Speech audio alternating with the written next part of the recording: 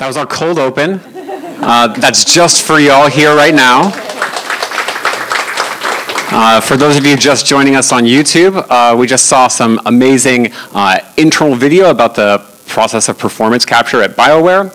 And we have here with us two incredibly talented people that were instrumental in the video game Anthem. We have Caroline Livingstone, a veteran Bioware producer and performance director. She's directed beloved voice acting performances and motion capture across the Dragon Age series and the Mass Effect series of games. And I just learned that she lent her vocal talents to Neverwinter Nights as the healer, and her vocal talents to that video we just watched. We also have Sarah Elmaleh, who plays the female lead in Anthem. She's a hugely talented voice actor whose credits range from all scales of games, from single-person indies to huge, ambitious AAA titles. You might know her amazing performances from games like Codename Cygnus, Gone Home, For Honor, Pyre, Where the Water Tastes Like Wine, Days Gone, Call of Duty, Read-Only Memories, and Johann Sebastian Joust.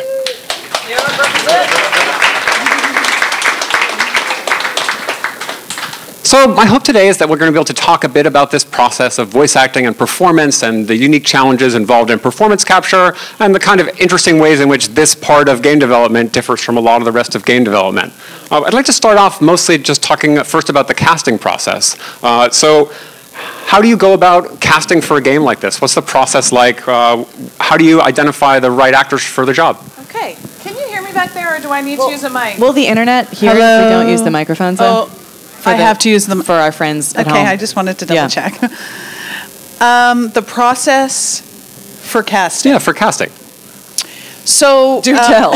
I would love to know.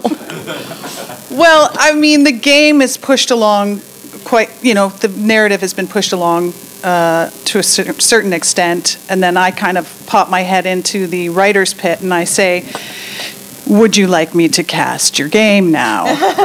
And then they pull audition scripts together for me, and then I send them out to various agents and say, send me some talent that you think will work with these characters.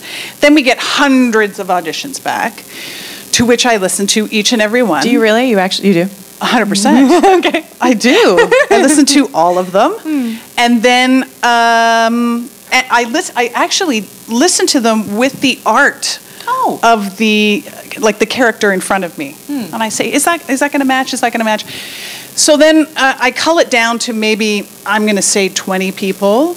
Then I throw it back over the fence to writers, creative directors, executive producers, and I say, are any of these? Like with your faves? Yeah, I know who I want. It's pretty fast for me, and then I like to see where are they. Where are they landing on this voice? There's only a few leg wrestles that happen, actually, with other team members. But generally, we all land on the same people. Is there a through line to those leg wrestles? Like common, and you're like, I'm going to come down on this person. People will say they're going to like this person, but then I'm going to try to convince them that this person is the best. And what am I looking for? I'm looking for someone who can act. I know that's surprising, but it's 100% the reality, because everyone thinks that they can voice act because they listen to it. So oftentimes, or they have a voice. Yeah, I have a voice, therefore, cool. Yeah. Or, yeah. So, but I'm looking for people who are actors and who understand back and forth dialogue. Our scripts are very character-driven, as you know. If you play Bioware games. Who here plays Bioware games? Yeah, that might be first. Okay, good. Yay! Okay, good. Cool. Okay, so it's very heavy in the narrative, and our characters are, there's a wild array of different characters. So where was I going with that? What you're listening for. Oh yeah, what am I listening for? Yeah. So I'm looking for someone who can dive into a script and make strong choices in the script. Strong choices. Yes, strong always. choices. So come at me with a strong choice. What's a strong choice? I'm glad you asked. I'm really glad you asked that. I'm looking for someone who just isn't not just reading it. Because oftentimes I'll just get people who just kind of are like, okay, I have the script, I'm just reading it. And this is my 8th audition of the day. I like people who kind of like, whoa, that's a surprising choice, or I didn't even think of that choice. I'm trying to like Those are the reverse people who- engineer what a strong choice feels like as an actor when you're in one. I think it's like, it's a certain level of energy and clarity. Like you believe that this other person knows who they are. So it's less like, right, you're like, when you perceive the person, it expands beyond the sides that they were given, I think maybe is the lack of reading feeling. Yeah, exactly. That, and can they make it? Hey, we're Hello. lit now. Hello. Hi, do I these are look? our faces. Hello. Hey. Yeah, That's my hair. Okay. Yeah. I also look for people. Wow. Right? I can see so much better now. We're not just like videoing in from Canada. Yeah, and also one of the key things is, can they handle it? Like, can it be conversational? Our games have a lot of dialogue in it, so it's important, especially when we're casting these key characters, that they're people who can have they sound like they're having a conversation, that they're not acting. Yeah. Declaiming. Which There's a lot of happens. declaiming in games. Yes. Does that mean, do people know what that word, declaiming, declamation? Like, it's when you sort of, like, imagine me taking center stage and kind of lifting one arm and sort of stating something as fact. I feel sad today. Like, that would be like a declamation. So something in conversation, you're finding the thought that you're having, or you're responding to someone organically, or you don't even know fully what you're feeling yet, that might be something that subtle. So those are all not declamation. Yes. Yeah. A lot of the time in sessions, I will say, I need you to do that again, but discover it. Yeah. Because oftentimes actors of course, they're just reading it, and it's cold. They're just seeing the scripts. But oftentimes I'll just say, now do that. That was great. Do it one more time, but discover it. This is a discovery moment. So. I don't know if people know that when for game voice acting specifically, now we're in the booth, we're off the performance capture stage, but in the booth for games specifically, you usually haven't gotten the scripts in advance. So to most actors that sounds banana sandwich. You're like, cold reading is what we're going to use? The first time you read it out of your mouth is what we're actually going to use? That's bonkers. But that's how it works in most game sessions. So yeah, so like the idea of like sound like you're not reading when that's literally what you're doing is kind of the challenge. It's like I've read it I'm going to give you 3 versions of that I just read. I've absorbed 2 seconds of context, sits in type stuff a little bit, and then that's what we're going to go with. And then you sprint through hundreds of lines in a session. And a sits-in, of course, is... Right. Is that proprietary? No. It's the context. Situation synopsis. Yeah, situation synopsis. You're like, you're on a planet. It's cold. I don't know. Yeah, that's an example. Yeah. Yes. Mm-hmm. I think perhaps that we would benefit from seeing some of this in action. What do you think? Okay. Oh. Right now? Should we? Maybe a little bit? Sure. Well, sure. Yeah. So we have some scripts. You want to tell us about the scripts? Yeah. Oh, okay. And this is so cold. I've never seen them in my life. This is exciting. This is very real. This is exciting. Oh my God. Wild card. What are we going to do? Well, I have a few different... Is there anyone in here who is dying? So we could use a couple Yeah. of volunteers to Yeah. be in this scene Woo. and to experience the process of being directed. Yes. Please. Yes. Naomi, come on up. This is great. Come on up. This is so good. How many more people? Is that enough? That's it, 2. 2 is great. Oh, I'm so excited. I need to know what script to do. What am I doing? Let's do this. I can be a tree. Yeah. Okay, Not a tree. I am Groot is the line. this was a player script, player audition from... Right. So we're in the audition process. We're back Great. in the audition process, Great. right? We're going in order. Yeah, this is good. Okay, sure. I need to use the mic. Someone just yelled at me. Okay. I'm back on mic. Here we go. Okay, this So is a, you have no time to read the scene.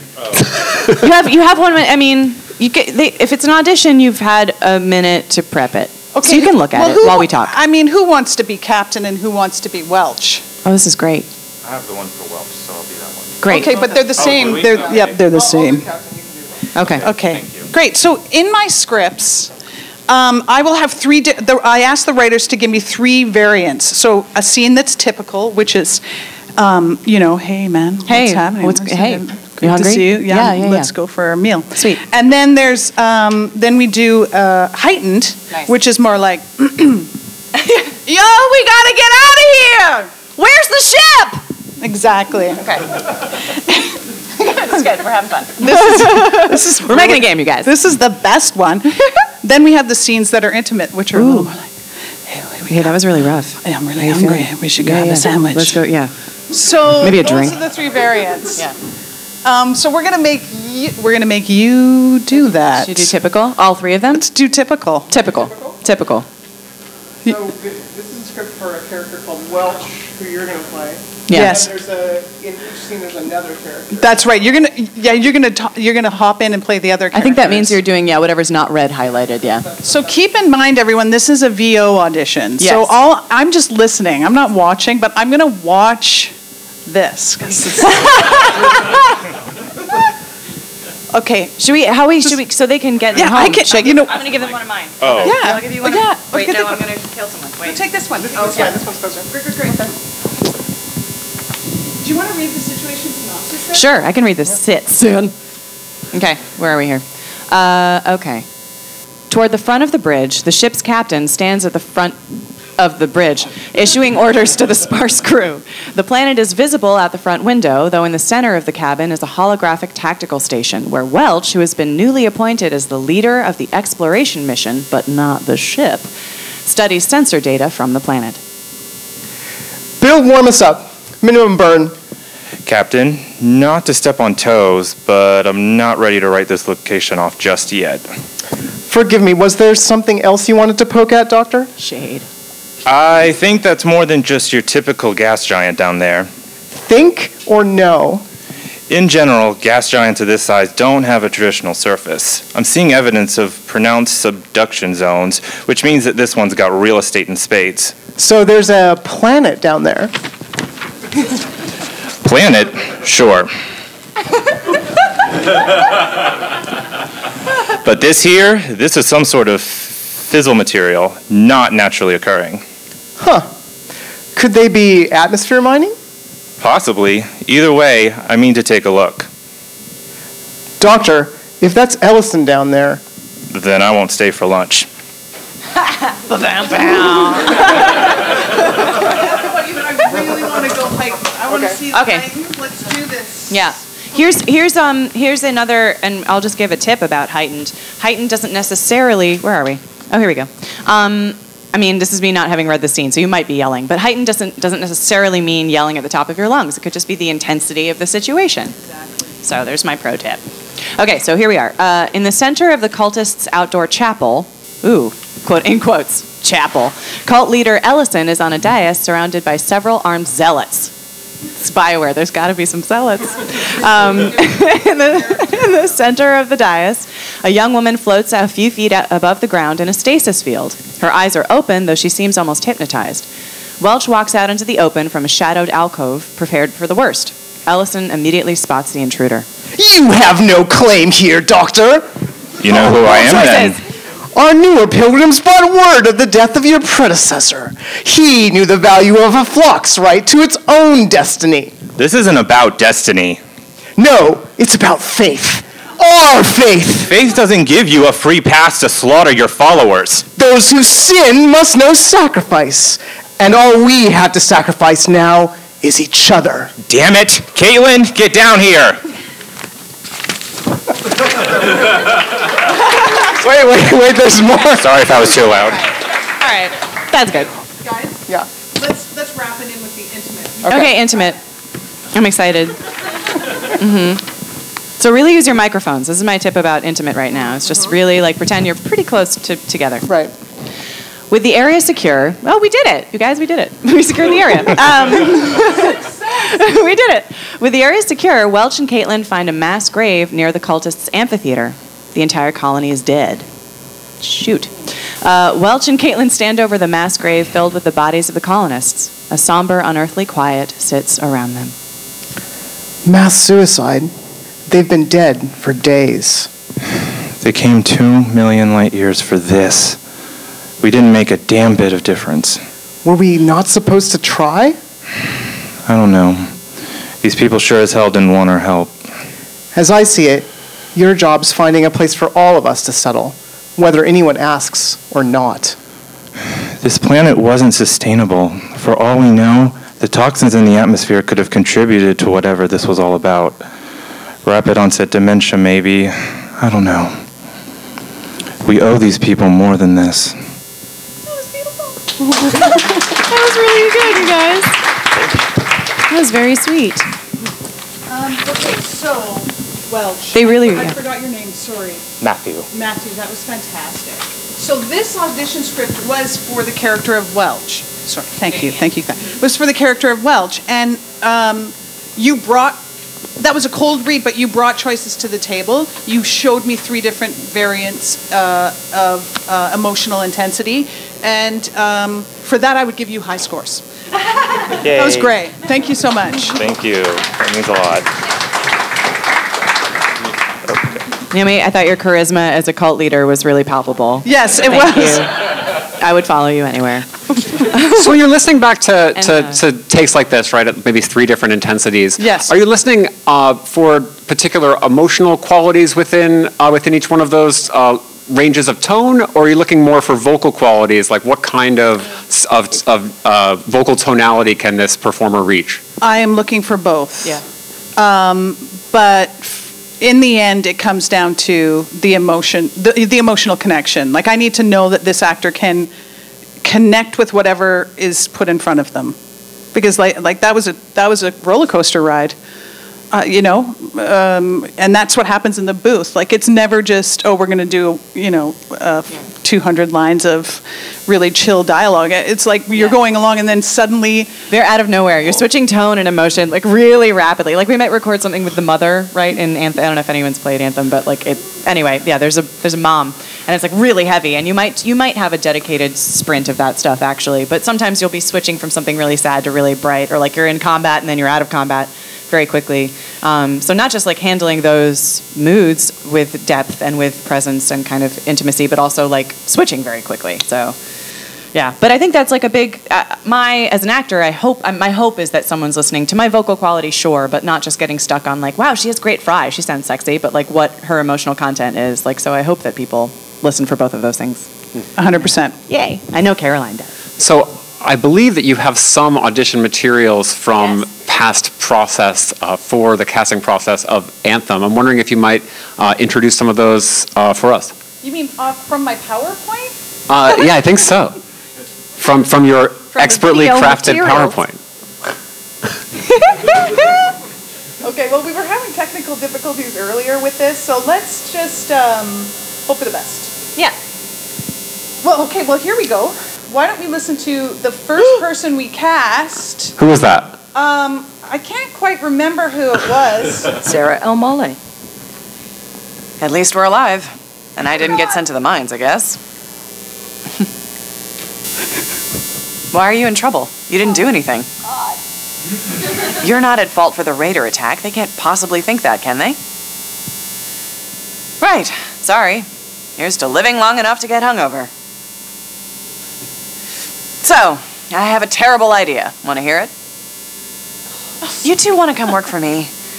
I'm supposed to serve the city as a ranger to pay off my debt, right? Except I don't know the city, or anyone here, and I've never been a ranger. But you've done this kind of stuff before, Rutger, and Helen knows everything about Arcadia there is to know. Just like that? Oh my God. I was not emotionally ready to hear that. I was like, cool, we hear. Oh no. But you see, like, the flavor she brought to the table is what I'm looking for. Are there any particular moments in here, any particular phrases that you were like, oh, this is the right one? Or is it about also having familiarity with Sarah as an actor before this? I had never met never. Sarah before, and I'd never heard her voice before. Oh, wow. But it was the way she said, "Want to hear it?" Like, just the way she kind of like really super casual, and that's what we're looking for in this character. We're looking for kind of a carefree person who kind of just threw things away. Everything wasn't really serious. We didn't want Shepherd. We didn't want Ryder. We wanted someone who was a little more like, you want to hear it? I can't Can we explain swear? it. Can we swear? Nice. You guys a little more of a Please. shit show? Just a little more of a Yes. Like, not someone who had themselves together, wasn't a soldier, Right. who was kind of just thrown into this and was looking for success in this field, but also had a bit of an attitude, and that was Sarah. Oh my God. That was like years ago, that audition. That was a long time ago. That was a long time ago. And so this audition is like as a voice actor. but the role included a fair amount of performance capture as well. Can you tell me how the casting process differed from both sides? From like a previous Bioware game where you wouldn't have been doing the more performance capture oriented things? Okay, yes. So Anthem was our first game where we brought performance capture to the table. It was the first time that we captured voice, body, all at once. And face all at once. So Sarah was cast, I believe, prior to us actually fully committing to doing PCAP. Yeah.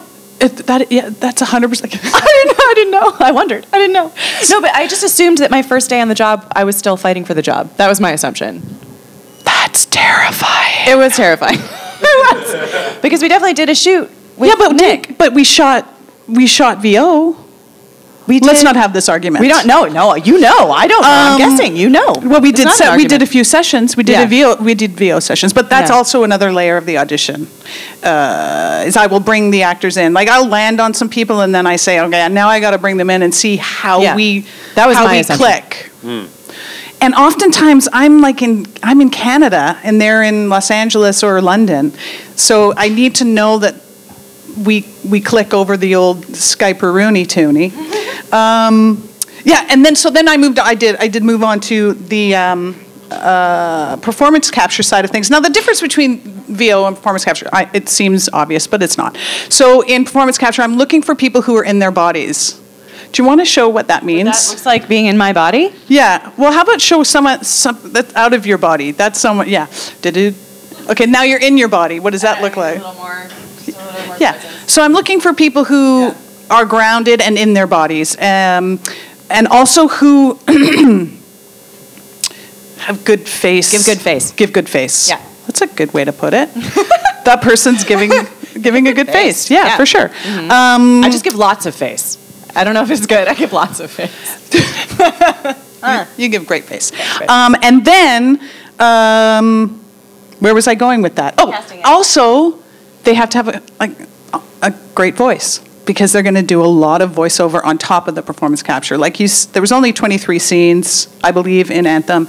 The rest of it's voiceover. So they could be great on camera, and then they get behind the booth and they're terrible on the mic, or whatever happens. Yeah. They would never do that. That was terrible. Might, though. That was terrible mic behavior. But the first person we did cast was TJ Ramini. I love TJ. TJ you might know from Battlefront, or he was in Uncharted 3, I believe. Yeah, he's very talented guy. Very talented British dude. Love him. And, okay, so I can't tell you that story because I'm being taped. But anyway, here's his audition, or a piece of it. I have to warn you about how dangerous this is. Do you? Yes. What, you'd rather I just stay holed up on here on the strider back to the camp? Yeah, in all honesty, yes I would. But I'm not new to this, Captain. You have to do what you have to do.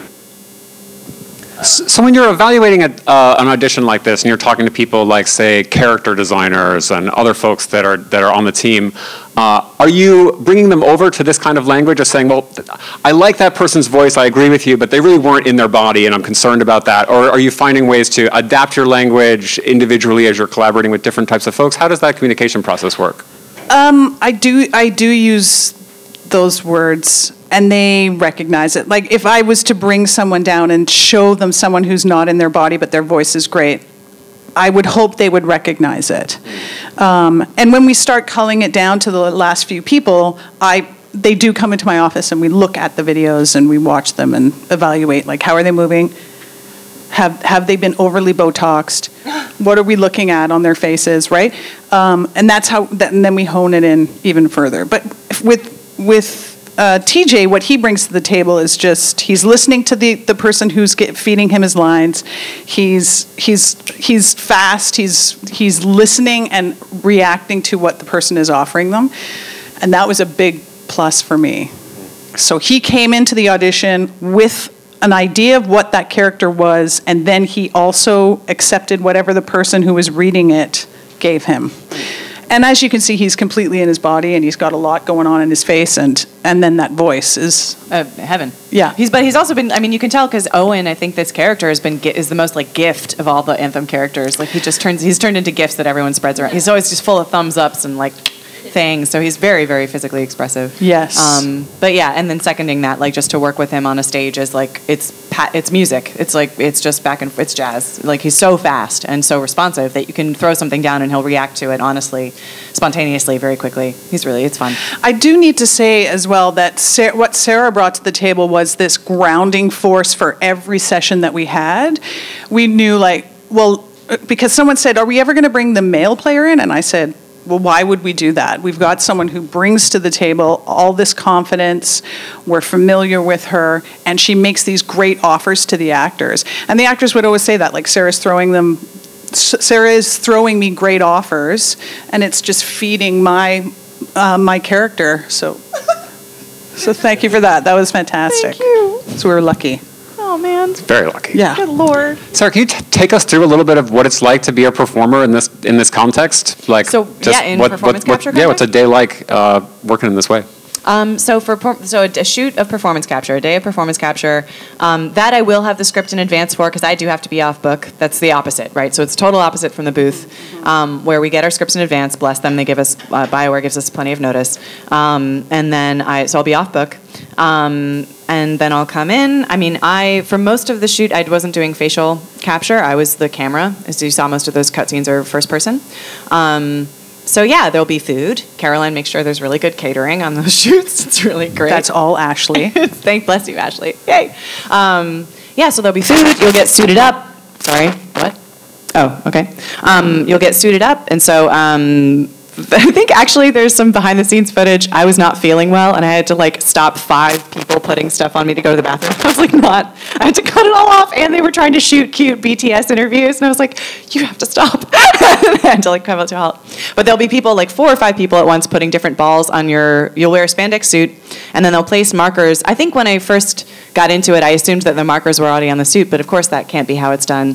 So everyone's looking very closely to where all your joints connect to each other, and that's where all the markers go.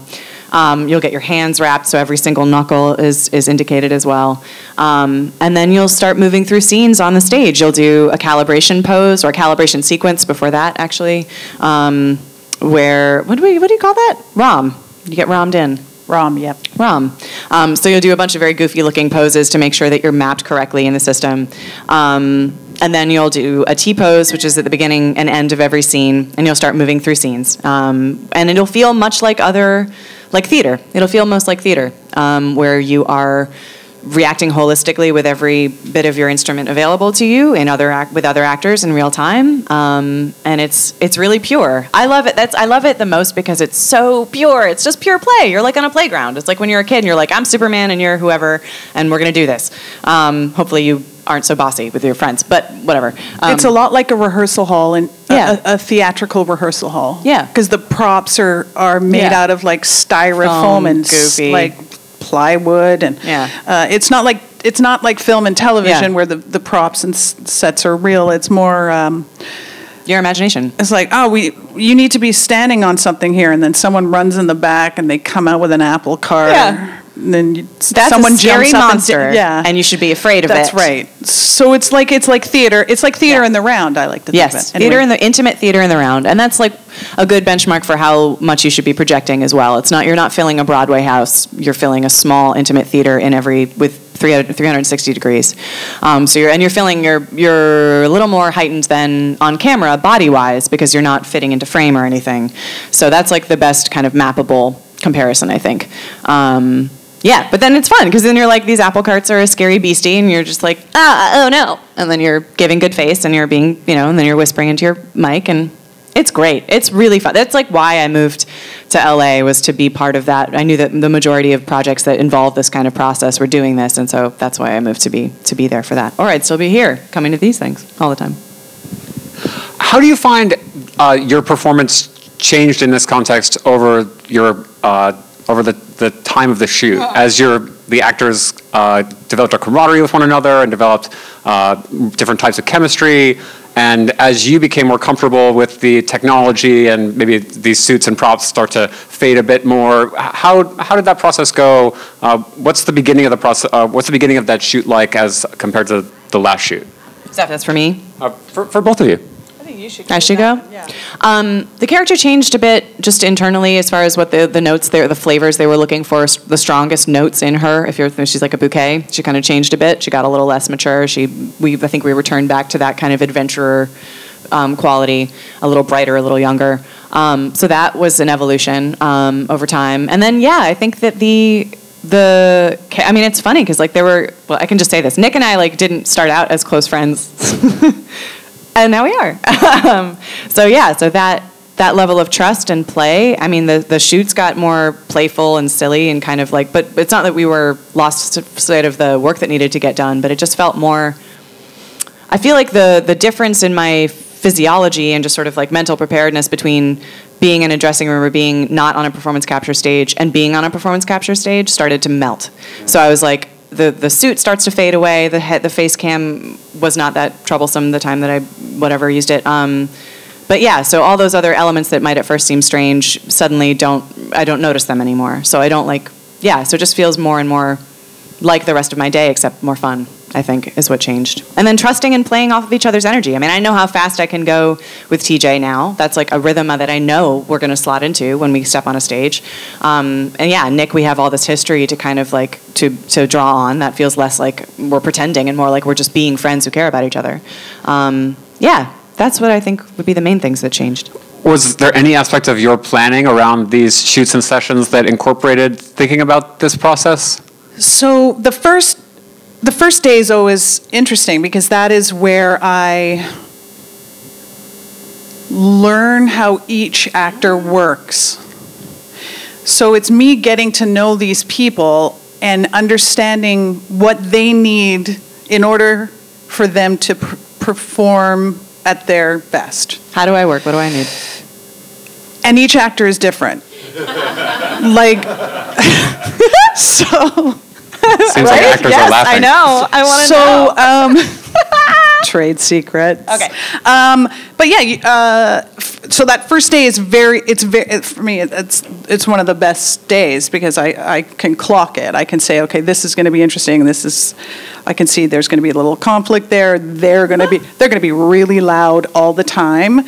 Half babysitting your job. Half babysitting. Yeah. So, well, yeah, a little bit, but it's fun, and it's you have to encourage that play because if you shut it down, like I find that sometimes there's this sense of we have to be like hard on people, like shh, no talking. But for me, as soon as you see that play, you know that they're getting to know one another and they're trusting one another, and that's when they are able to be vulnerable and then tap into the stuff that you need them to tap into. If I'm heavy and I shut them down and I tell them that they have to, come on, we gotta blah, blah, blah. Hell, I don't think I did that till the 8th. Until we get really out of hand. Until the 8th session. And then I was like, guys, I'll give you $50 to shut up. I think I said, right? Do you remember that day? You got a little loopy. That's the big difference, like voice sessions. I feel like this is interesting and maybe a new part of your job involving performance capture is that like in a booth, you're so on the spot. It's also very different from other kinds of acting where there's like hurry up and wait and on camera, or in theater, there's like a big build up and then you do the thing in a run. Whereas booth voiceover is like, we've paid for 2 or 4 hours of your time and you're efficiently milked for all the acting that you can get out of it. So there's a lot of focus and a lot of stamina, a certain kind of flavor of stamina, a certain kind of stamina that a voice actor has in a game voiceover session, and they're by themselves. Whereas as soon as you get actors in a group, we start goofing off and being real silly. And so like you having to suddenly kind of come in and keep us feeling playful and open and fun, but suddenly managing the fact that we're all going to go off on a tear and keeping the work productive and smooth. Were you ready for that? Did you know that was going to be a thing? Yeah, because my history is theater. So for sure I knew that was going to be there. Did you budget time in for that? Yes, I 100% did. So after the first day, like the second PCAP shoot, I was like, okay, well, this scene is heavy with these people, so we're going to need to buffer that with this. I love that. Well, don't tell anyone. I won't tell anyone. We're being recorded. I think that's amazing. You're bringing your production insights to this process. Do you find that other processes around the game are run in a similarly open and loose way, like writing and brainstorming processes? Is it similar, or do you think that this is kind of unique amongst the creative processes that go behind a game like Anthem? Can you rephrase that question? I guess you're saying, as you're leading this particular group of creative people, you're trying to keep them free and open and responsive, right? Yes. Would you say the tenor of those recording sessions is similar to the tenor of other kinds of creative-oriented meetings and brainstorms within the larger game project, or is there a distinct difference between them? I would like to say that it's similar at Bioware. There's, like I said earlier, it's heavy on narrative. So I think the narrative team spends a lot of time brainstorming. They have summits where they meet and hash out the narrative. But as far as programming goes or UI, I don't sit in on those meetings, so I don't know. But I can imagine at Bioware in Canada, it's very collaborative. It's very creative. So I don't know why I said in Canada like that. I'm sorry, Austin. In Austin as well, I've never been to Austin, but I can't speak to it because I've never been down there. But I can imagine that at Bioware, we encourage that creative collaboration. It's important that we have these meaningful collaborations. Otherwise, we don't get the games that we get, obviously. But I don't sit in on those meetings, so. Yeah, it just seems like they have a little bit of a different quality to them. Yes. In my past experience doing mocap for dancers, those are always in some ways the most fun and the most stressful days, right? As you come against the clock and yes. get very, very tight timings, yes. but you also needed to keep things loose. And yeah, it is very stressful. And I do remember one of the first PCAP sessions we did, I did have an animator say to me, you have to keep the actors in line, and I said, no, you don't keep actors in line. If you keep them in line, then they're only going to do what you tell them to do, and they're not going to bring any magic, right? I want them to be playful so that they're not just towing the party line, and they're just not coming to the job, saying their lines, and then leaving. You want them to be passionate about the project. I should be looking out here. Yeah, you want them passionate about the project. I think there's you can't treat it like an asset that you can sort of hammer into place. So actors are humans. I think as a human creative, especially because it's a shared mood that we're all feeding together, that the sort of ephemeral quality of it, or something about it can't be tweaked and honed and iterated and sharpened and just forced into kind of a kind of perfection. So there is a little bit of kind of juggling this slightly more spiritual aspect of process that maybe I think is what you're getting at. So I don't know, not having worked in other parts of development, I could see myself tweaking and editing and just sort of focusing on something and drilling it into something really perfect. But you can't do that with actors because we lose that flavor, lose that kind of that juice really quickly if you force it too hard. So Caroline, how much do you adjust the actors' performances after they're captured? Does anyone get that impulse? Do they follow that impulse of trying to needle and push a performance in one direction or the other? The PCAP very little was touched. Okay, so the performance is what it is. Yeah, I mean only if an arm went through something. Was clipping through something, then that was moved or something. But their facial performances, their vocal performances, everything was kept. Was there a process or was it difficult to get people on board with this notion? People who are animators or otherwise who might have done this kind of work, they're like, oh, I think I could probably fix this little thing this person did? Yes. A little bit? Sometimes. I think the challenge is what we're saying is this is it. It's locked. Yeah. And of course, as creators and artists, you're constantly wanting to tweak everything you're doing. But with performance capture, it's that's what we got and that's what it is. Even things as simple as TJ would say mate at the end of lines, and it wasn't written that way, but he would say, oh, I don't know, mate. Well, we'd have to add that mate in. So you kind of have to negotiate that with the writers and say, TJ does this thing where he adds mate. So we're gonna have to roll with that, and oftentimes they're just like, yeah, that sounds great. But sometimes you do run into an animator who's like, they're doing some weird thing with their face. And it's like, yeah, that's their weird thing that they do with their face. That's my face. That's the magic of that character, you know? You get to incorporate subconscious ideas even that actors are having into the final work, which is a kind of really beautiful new addition to this process. Yeah. Sarah, can you talk a little bit about what it might be like, bring us into the experience of playing oneself, if you've done it? Whoa. Wait, playing a game where I'm playing myself in a game. Oh. Wait, what's that? Wait. So you're playing a game. Yeah, I'm playing a game. As in PlayStation. Yes. Where you're playing myself. As in acting. You're, you are playing the character, and then the first you is playing that. Yeah. Yeah. Right. Okay. I'm assuming we're going to use Anthem as an example. That's what you mean. Yes, great. Exactly. Okay, good. Yeah, so it's interesting. I think, trying to think about how much I'm in that character in that game or how much I'm being critical, I think it's this funny blend. I think I came up doing a lot of self-direction, and I started submitting from home or even with indies, I was like engineering myself or self-directing sometimes and then sending my voice off. So I've spent years listening to my voice where I don't have a reflexive hate reaction anymore, where it used to be like I just did earlier when I heard my audition. I think listening in front of people is different. But listening to myself, I'm able to be critical without being hateful to myself anymore. So there's a little bit of that. That hat is being worn. I'm listening. I'm like, oh, that's the one they chose? Oh, if I'd known that about the setting, I would have given a different line. All right, fine. A different read. A little bit of that, but not painful, visceral, run out of the room. And then the other part is like, it's a bit surreal. It's really surreal because I know it's really surreal because I have memory of giving the line. So in some ways I know, like I've experienced what's happening, and in another way I really haven't. So that's kind of funny because I'll be like, I remember the day that I gave that line. If I'm lucky, if it's in a booth, it's like a blur. If it's a performance capture cutscene, I remember the day and the moment pretty well. If it's a booth voiceover line, I won't because they all blend together. But I'll have that memory of that read, and then suddenly seeing who I'm talking to and what the world looks like and what else is happening and how cool it is. That's a surprise. So it's funny to feel like you've lived a moment before and yet you haven't. That's kind of funny.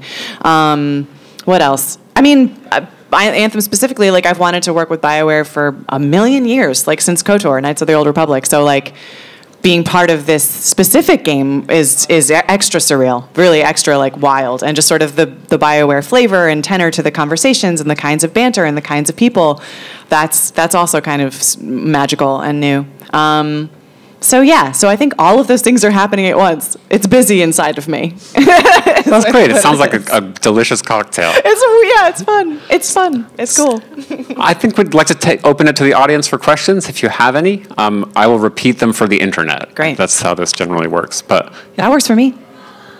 My understanding of a lot of these performance capture processes is that they'll record the actors first, and then there'll be like a virtual, basically like a cinematographer that is then like shooting the scenes from virtually.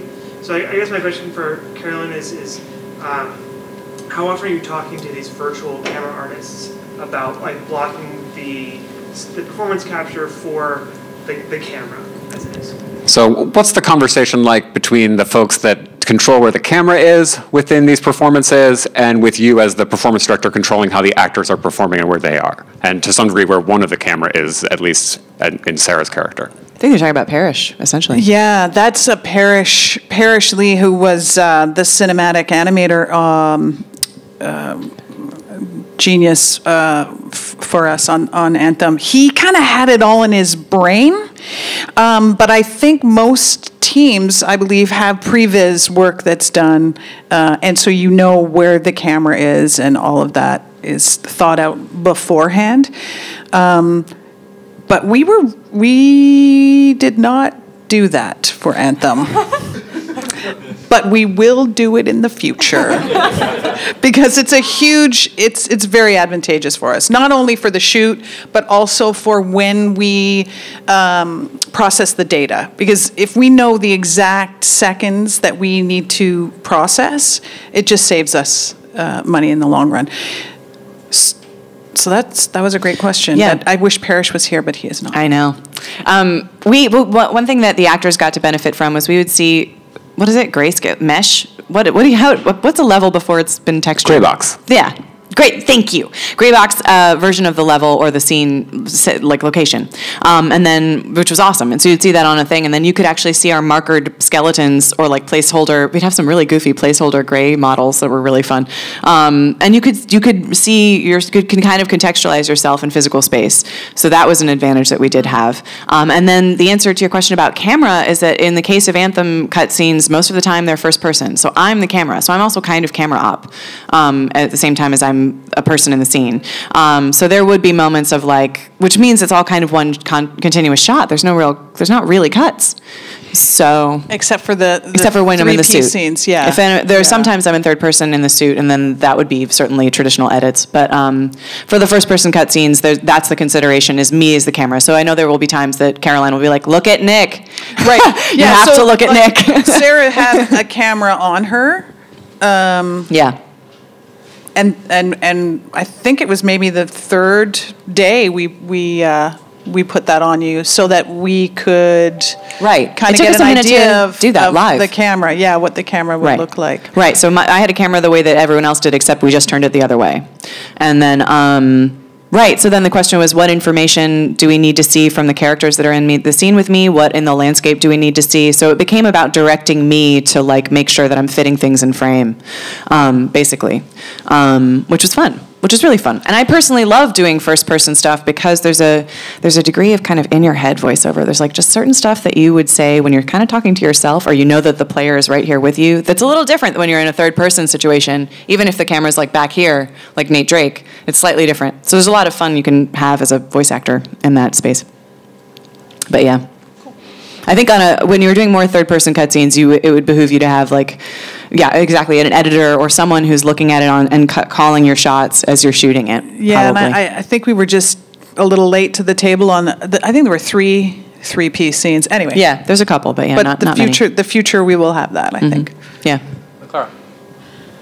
So from the writing standpoint, when you write a script for performance capture, what makes a good stage direction or parentheticals, like when you are given more details, that is not just the dialogue, like what is it that you would be looking for in a script to tell, I don't know, the performance and movement or how the scene is going to run?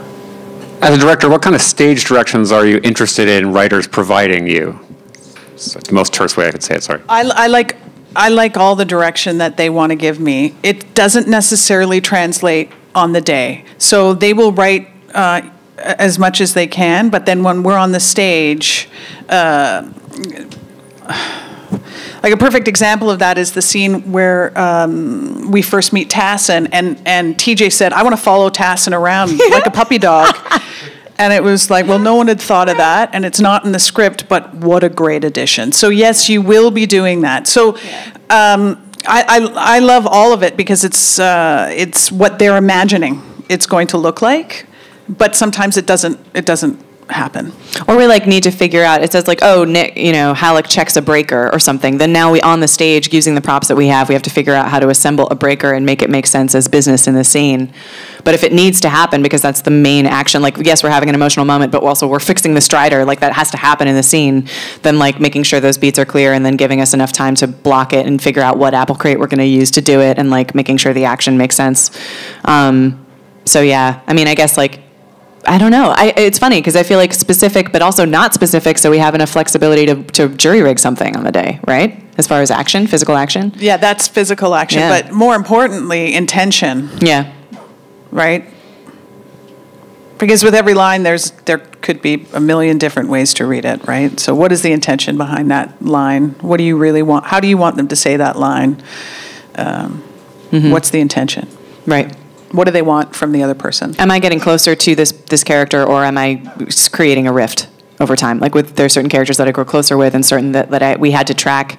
Yeah, especially actually if you're shooting out of order and you need to track an arc. Like let's say for like Owen, my character kind of fluctuates with his as far as closeness, right? And so like making sure that's in the script of like any clues like that on line reads or like how something has to land is good, because if I don't know where we are at in the arc, I need something to clue me into like putting it in the timeline.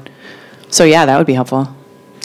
Yeah, and Parrish and I often talk to the writers about like dropping seeds early on that would like pay off, 10 hours later. So they would write things that would kind of just plant a seed of betrayal or, that's a spoiler. But anyway. Didn't forget I said it. When switching over to motion capture, how wary were you in the process of that entire development of the game of like Uncanny Valley and then starting to approach like a much different kind of game feel look than traditional animation? How concerned were you about the Uncanny Valley as you began the performance capture process? I think that's another question for Parrish. Yeah. But the Uncanny Valley is interesting because really, I only see it in faces I know. Is that bad to say? I don't know. Like Kevin Spacey. Yeah. No, what was that? Is that the name? Kevin? Yes, that's a person. And he did a video game. He did. He was in a Call of Duty. Yeah, a Call of Duty. He was in a Call of Duty. And that's where I'm nervous when I see it. When I see other trailers where I'm like, oh, I know that's that person. I wonder how bad's that going to look.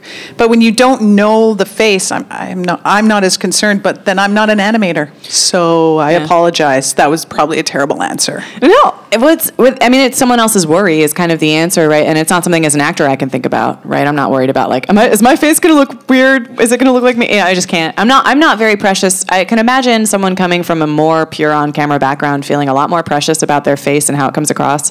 I'm happy for an animator to do whatever they want. Make me look better. Make me do whatever you want. I don't care. So I don't care. But there is a real risk with it because these first-person cutscenes are pretty close up, right? So that it was a big gamble for that, I think, to have these. But the payoff is real closeness, real intimacy. I know that you guys would dial face up and down as far as face expressivity because you would say some things weren't translating in animation or it was too much face. It was not enough face. You're like, you need to turn up by like 20% or something. Yeah, I would say like 25 more face, please. 25% more face. So I feel like that's related to a question of Uncanny Valley about whether these faces are playing or not. So that was just something you guys were watching and implementing. Good for you, implementing with enough time to come back and have more shoots and tell the actors that to give you material that's more in line with what's working on your end, right? Accurate. Yeah. Yeah, way back. Hey, my name is Nick. I'm a writer and narrative designer from around here. Cool. This is a question specifically for Sarah, but feel free to jump in. So you spoke a lot about how having writers create scripts that lose a lot of direction is a very useful thing, and it allows you to essentially more convincingly construct a scene and understand the intentionality and all these various really important elements. Do you ever find that you receive scripts sometimes that are perhaps over-directed or giving you kind of too much information that's kind of hard to work with, or sort of just kind of more difficult to use? Are there scripts that are kind of over-directed, overworked, that feel overly constraining as an actor? No. It's almost always the other opposite, where it's an Excel spreadsheet of barks. Barks are combat yells and things that are totally ripped of context and character relations. So I would say people generally err on the other side. I have sometimes, very rarely seen audition sides that have a lot of lore and backstory to a world. People are chuckling. That I may not be immediately able to use certainly for an audition. Ultimately my heart goes out to those people because they're just excited about the world they made and they want me to be too, and they want to make sure that I have everything I need. So I immediately feel a combination of annoyed and tender, very grateful and also okay, all right, yeah. But that's usually with auditions. It is, I think, a director's skill to be able to drop exactly the bit of world reference or character information to know what's really functional, active information for an actor versus stuff that maybe we can get to or is fun and interesting but not immediately usable. But I will say that by far, I would rather you err on that side of giving context than not, really, because I feel like in this industry you just get less than you need more often than you get too much. And every actor's different. Some actors are just I don't want to know. I like what color? More, and I'll say, I don't know, more purple. Give me more purple. Yeah. So some actors like feed off of it. Like Sarah loved talking about the whole game, which was fantastic. But some actors are like, I just want to get on this set and I just want to do it. That's where we come full circle to. You got to know what each actor needs. You know, some people just want to faster, louder. What's happening? What am I doing in this scene? So, you know, write as much as you want, and then hopefully a director will pull out what is necessary for each actor that you have. And that's the key to having a good director or knowing how to direct. One or the other is to learn how to flag which bits of information an actor wants to hear. But yeah, I would totally like come up to Parrish, our cinematic lead, all the time and be like, "What's this? What's that? Where are we now? What are we doing?" And he was very patient, and God bless, he was great. Yeah. And keep in mind, like for our performance capture, we had these key characters that were in a lot of the scenes. I think I'm doing a sidebar right now, but there were, you know, we had TJ, Nick, you, Rochelle, and then we would have day players that would come in who would have no idea what the hell was going on. But these guys all had this language and understood what was happening in the game. So as a director, you have to like download all of this information without overwhelming them.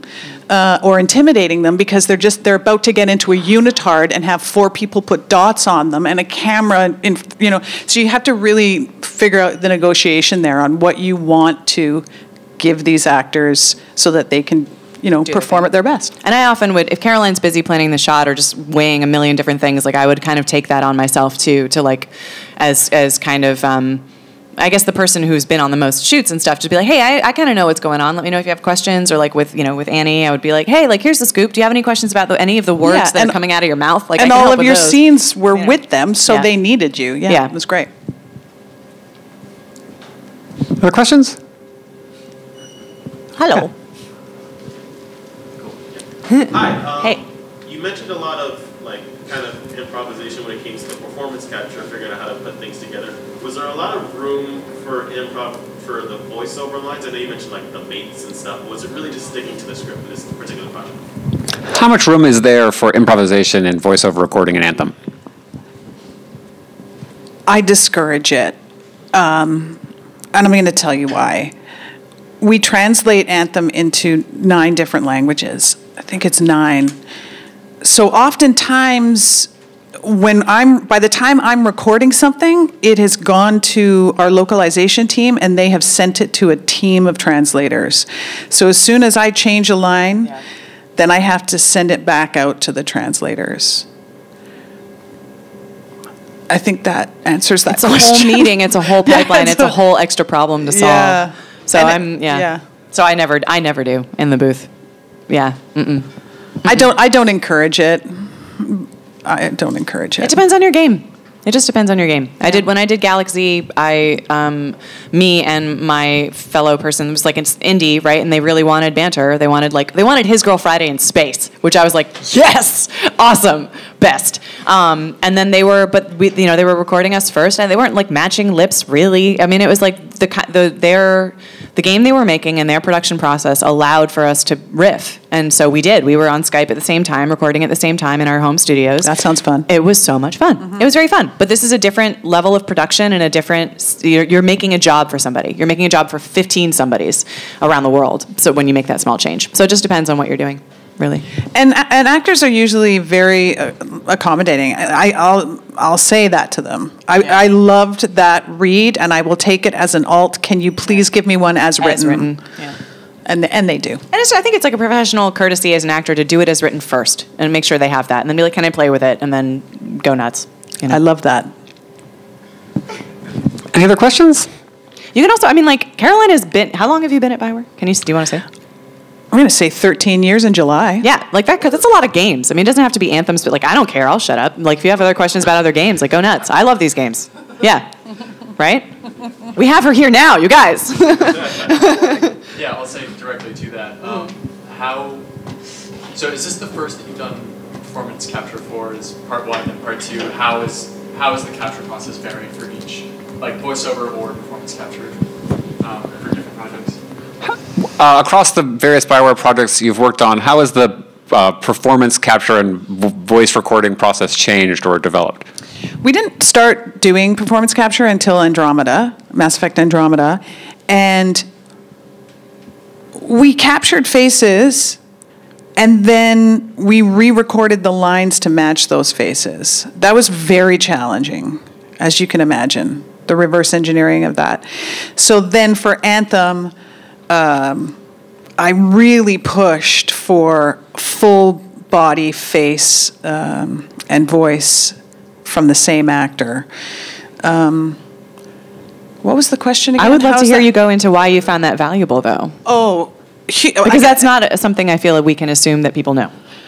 Well, it's valuable because you are getting the emotional intent from the voice and the face at the same time.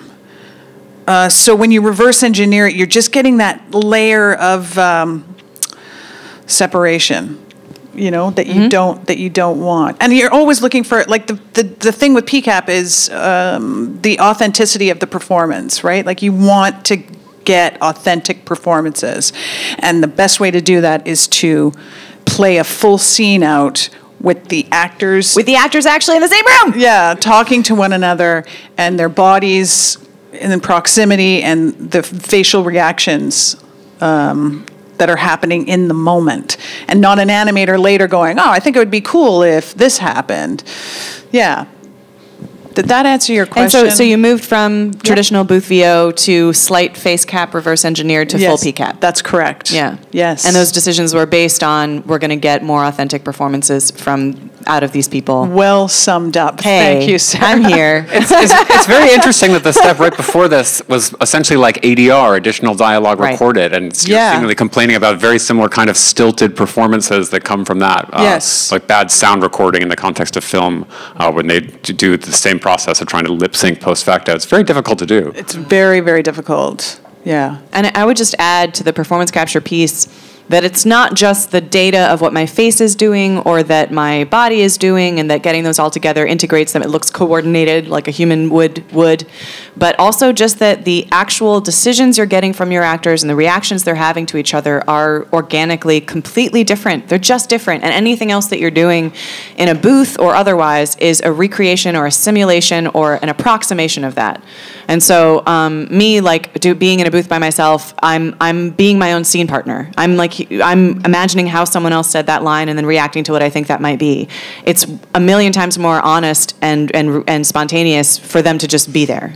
So that's kind of what those values are, and just sort of being aware that you're going to get different stuff from actors, not just be able to capture it differently and make it look like it's seamless, but what they're giving you is different. And so advocating for that is awesome. I can't really think of a much better way for this to wrap up than with an advocacy of this kind of real being in a room with one another, actually capturing that in performance. I think that's so much of what you've brought to this particular work, and so much of what I think is going to improve performances and games going forward. So thank you so much for sharing with us your expertise Thank you for having me. and your perspective.